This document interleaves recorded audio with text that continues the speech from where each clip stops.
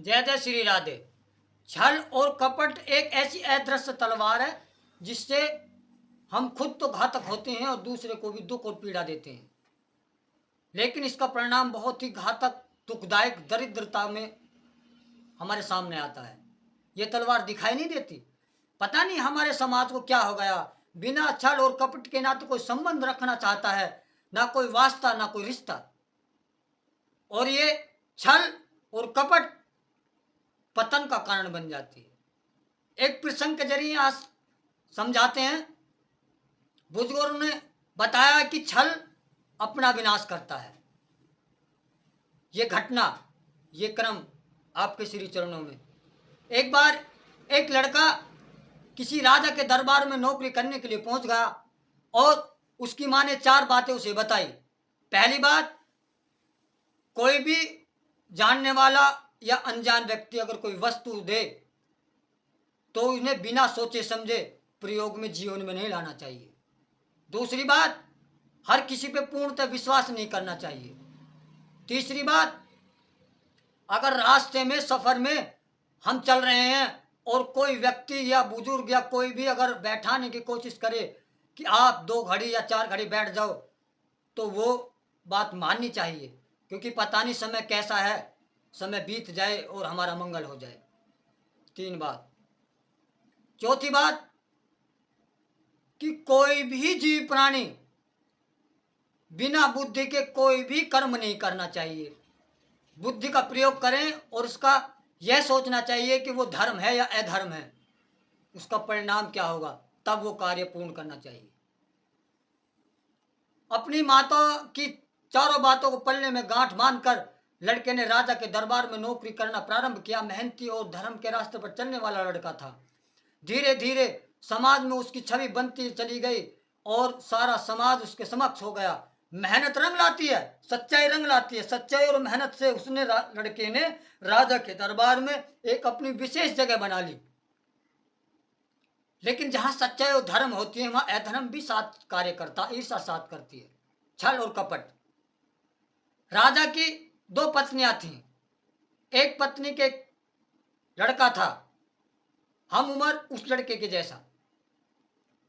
तो वो लड़का और राजा की वह पत्नी उस लड़के से ईर्ष्या, छल और कपट से कार्य करने शुरू कर दिए। उनके बुद्धि ने यह नहीं सोचा कि राजा का लड़का तो मैं हूं, गद्दी तो छीनेगा नहीं, लेकिन ईर्ष्या के कारण उनके बुद्धि ने यह सोचा कि धीरे धीरे न जाने ये हमारे पिताजी पर कब्जा कर ले और ये राजकाज हमारा छीन ले। इस भय से, अधर्म और छल से जो है उस लड़के के साथ वो जो अधर्म का कार्य करने लगे। एक दिन ऐसा प्रसंग बना, ऐसा मौका बना, उस लड़के ने, राजा के लड़के ने और राजा की पत्नी ने अर्थात लड़के की माँ ने ऐसी लीला रचाई कि आज इस लड़के का जो है समापन किया जाए। तो राजा से ये कहा कि हे राजा, अपने इस प्रिय नौकर को, सैनिक को या दरबारी को फला जगह भेजा जाए। हमने किसी से कोई अमूल्य वस्तु भेंट में मांगी है और ये वस्तु को लेकर आ जाए। राजा ने उस लड़के को आज्ञा दी। राजा के घोड़े पर सवार होकर लड़का चल दिया। उधर उस लड़के ने और उसकी माँ ने पहले से ही जहां वो स्थान बताया, एक सैनिक, खतरनाक सैनिक को विराजमान कर रहा था और उससे यह कह रखा था कि फला इस तरह का सा एक लड़का आएगा और उसकी गर्दन उड़ाकर और उसके जो शीश है एक कपड़े में लपेट कर रख लेना। उसके बाद मेरा लड़का अर्थात राजा का लड़का आएगा और उस लड़के को वो शीश दे देना। पहचान बताई, पहचान के हिसाब से जो है वो स्वीकार कर लिया और धन और लालच के चक्कर में आकर उस सैनिक ने जो है वो कार्य करने की अनुमति अपने दिल को दे दी। भक्तों, छल और कपट विनाश है, दुख है, अधर्म है, पाप है। ये कभी सुख को नहीं प्राप्त होते। छल अपना ही विनाश करता है, जैसे अब होने वाला है। लड़का घोड़े पे सवार होकर वस्तु को लेने के लिए चल दिया। काफी समय गुजरने के बाद में एक गांव पड़ा। गांव में कोई बुजुर्ग बैठे हुए थे इकट्ठे, और राजा की शान और शौकत जैसा वो लड़का जब घोड़े पर सवार होकर निकल रहा था तो बुजुर्गों ने कहा कि यार इस लड़के को बुलाओ, शायद राज दरबार से आया, इसकी कुछ सेवा पानी करो। बुजुर्ग बड़े प्रेमी होते थे, लेकिन आज प्रेम लुप्त होता जा रहा है। लड़के को आवाज दिलाई कि आओ बेटा कुछ घड़ी आराम कर लो।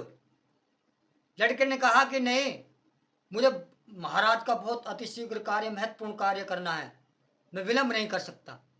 लेकिन जब कुछ दूर चलने के बाद में उसे अपनी माँ की वो बात याद आई कि अगर कोई सम्मान से, प्रेम से 2 घड़ी रुकने के लिए कहे तो रुकना चाहिए।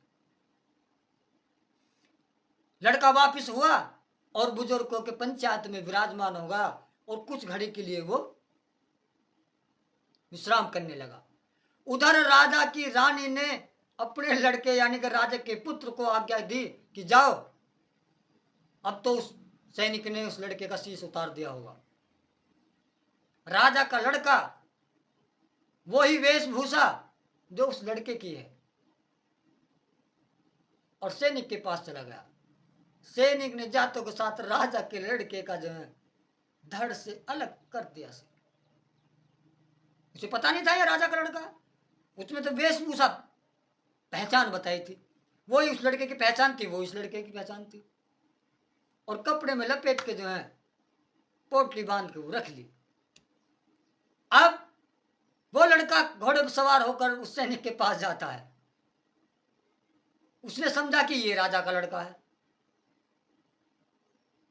उसने वो वस्तु उसको पकड़ा दी। लड़का उस वस्तु को लेकर राजा के दरबार में पहुंच गया। जब राजा के दरबार में पहुंचा, उधर रानी घबरा गई कि अभी तक मेरा पुत्र नहीं आया, लेकिन ये तो जिंदा वापस आ गया। अब रानी घबरा जाती है, टूट जाती है, बिखर जाती है। उसने सोचा जब ये लड़का जीवित है तो इसके हाथ में सर किसका है। उसने दरबार में राजा ने कहा कि हे लड़के, जो तुम वस्तु लेकर आए हो वो रानी को भेंट करो। तो रानी ने जिस वक्त वो कपड़ा उठा अलग किया तो उसमें उसी के पुत्र की जो है शीश रखा हुआ था। प्रेमी सज्जनों, भक्तगणों, मेरे सनातनियों, यह है छल और कपट का परिणाम। दूसरे के लिए गड्ढा खोदा, लेकिन गिरा कौन उसमें? जिसने गड्ढा खोदा। छल से दूसरे को मारना चाहा, मरा कौन? खुद उसका पुत्र। तब रानी ने ये कहा, हाथ जोड़कर राजा को सारी घटना का वृत्तांत सुनाया, हाथ जोड़कर माफी मांगी और ये कहा कि कभी भी कोई किसी के साथ छल और कपट का व्यवहार ना करे। जैसा ब्रह्म में, प्रकृति में हम बीज बोते हैं, उसका फल हमको ही प्राप्त होता है। इसलिए छल और कपट की तलवार का प्रयोग ना करें। धर्म और सच्चाई प्रेम का फूल खिलाएं, आनंदित रहें, सबका कल्याण होगा, सब सुख में होंगे। मेरा भारत हंसता और खिलता रहेगा, सदा धर्म की जय जयकार होती रहेगी। जय जय श्री राधे।